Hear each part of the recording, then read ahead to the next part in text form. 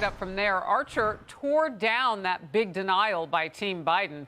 Archer told lawmakers this week that then Vice President Joe Biden, in fact, was at that infamous dinner in 2015 with Hunter Biden's foreign business associates, as first reported by the New York Post.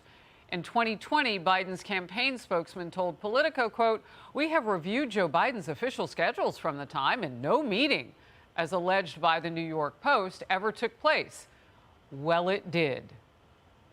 Even after some apparent vindication, the New York Post editorial board with a new headline now.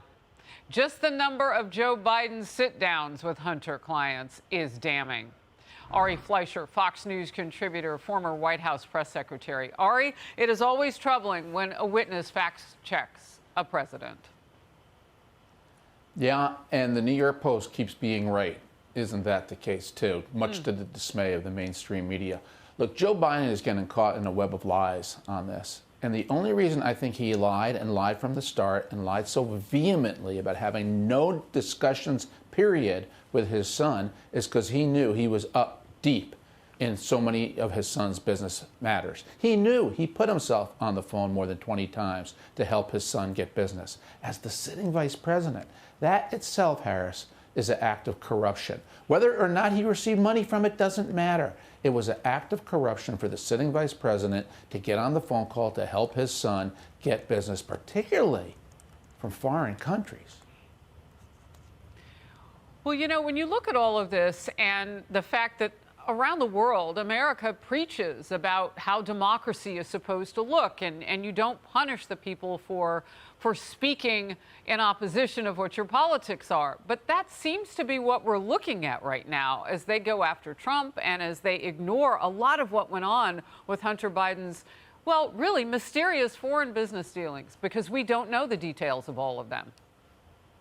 You know, and don't forget the Obama State Department said it publicly on the record that it was a conflict of interest for Joe Biden to have his son serve on the board of Burisma when Joe Biden was in charge of fighting corruption in Ukraine.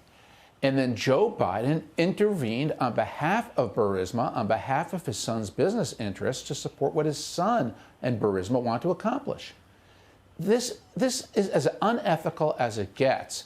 And I really do think Joe Biden may have financially benefited from all of this. There are emails showing that Joe Biden received payments as a result of what the money flowed to his son, and then his son shared it with Joe Biden or paid Joe Biden's expenses at his homes. So this is exceedingly worrisome. A vice president who appears to have been on the take to help his son make more money. And I have another question. What about Joe Biden's brother, Frank? Is there any evidence with Joe Biden on any phone calls with his brother Frank's potential business partners to help Frank get business deals? Yeah, we aren't talking about all those other family members that are being looked at in this investigation. There are 9 total Bidens in that loop. You bring up an excellent point. In fact, for that matter, can we get a list of all the phone calls with any business that was being done that we don't understand that might be tied to those 170 suspicious activity reports with the federal government that were filed? All right, the Wall Street Journal editorial board lays out damaging evidence that then Vice President Biden mixed family business with his Ukraine diplomacy. They write, quote, Biden famously bragged on his role in using $1 billion in U.S. aid to get Ukrainian prosecutor Viktor Shokin fired during his 2015 visit to Kyiv. What do you make of what we know now and thinking about, because that's on tape, by the way. You can watch that happening with the president. I'm going to hold back the aid. I'm paraphrasing a little bit here, but he jokes about it, that he can get that done and get that prosecutor fired. Yeah, and Devin Archer testified, Hunter Biden's business partner, Devin Archer testified that Hunter Biden's actions basically saved Burisma, that they needed this to survive, and that Joe Biden delivered. You know, this is the definition of corruption. And that's why I find this whole thing so worrisome.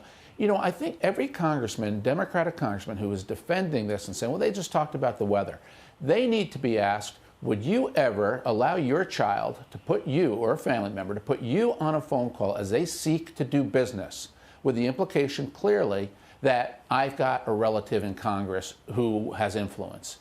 And I'm sure all of them would say no because it's unethical. What Kamala Harris, the sitting vice president, do for her family, what then Vice President Joe Biden did.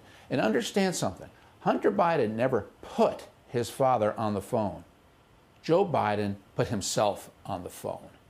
It was voluntarily. He did it as a busy vice president to enhance his son's ability to make money with foreign governments. He wasn't put there. Joe Biden did it. And that's why the issue was Joe Biden's corruption, nothing to do with Hunter. Yeah, that's the furthering of what I was going to say. And you know, these Democratic lawmakers had better be careful that they don't get pulled into this case. Because as you were talking, I made this note. The question that I would ask Goldman and maybe others who are defending the president on this issue, do you know that they only talked about the weather because you talked with President Biden and he assured you that that's what they were talking about? Get them on the record about how they claim to know this even more. Because what they're doing is they're reading between the lines of a document that came out of an interview. It does matter because it pulls them into the case, and they might be quiet if they thought, well, maybe I don't know the truth. Maybe I should, you know, pipe down until I do, or ask the president. Yeah, but there's another issue here, too, and it doesn't matter if he only talked about the weather. He was on the line. The point is that he was showing that his son has influence and can reach him. That's why it was perfectly right if he just talked about the weather for Hunter's appearances. It showed, I can get my father. I have influence. I can use that influence for you. That is the corruption. And that is what Joe Biden exposed himself to by putting himself on the line, even if he only talked about the weather. He never should have been on the line. It was unethical to begin with for a sitting vice president to be on that line, no matter what the topic was, no matter whether he did or did not receive money. The act of being on the line was the corruption. And the mainstream media needs to dig deep into this. It's inconceivable to me that newspapers like the New York Times, that prides itself on ethics, is looking the other way at this. Yeah, they need to really lean in. And again, these Democratic lawmakers, though, if you're going to defend somebody and it looks the way it does now, don't you want to go to the source and say, look, Mr. President, can I just get your thought on what was really going on those calls? Because I'm sticking my neck out for you. Here's a little bit of what I'm talking about. A Washington Examiner op-ed called Biden's Family Man Image was always a fraudulent political narrative. And it points out Biden has exploited his family for political gain for his entire career. His family-focused image was carefully cultivated as a political tool, and this despicable story has exposed it for even many in the media who for years bought the charade hook, line, and sinker. And maybe some of those other Democrats buying it too. Ari, last word. Yeah, the charitable side of me says that his son was troubled. He was doing what a father tries to do for his son, but instead of steering his son straight and said, no, you've got to make your own living and pull yourself up by the bootstraps, you can do it, he enabled corruption. He got on the line and did things he never should have done, whether it was because of guilt, because of Hunter, or whatever the reason was. It was wrong. It doesn't help you raise a good son, and it also makes you a bad, corrupt vice president. Ari Fleischer, thank you very much for starting us off in focus. Have a great weekend.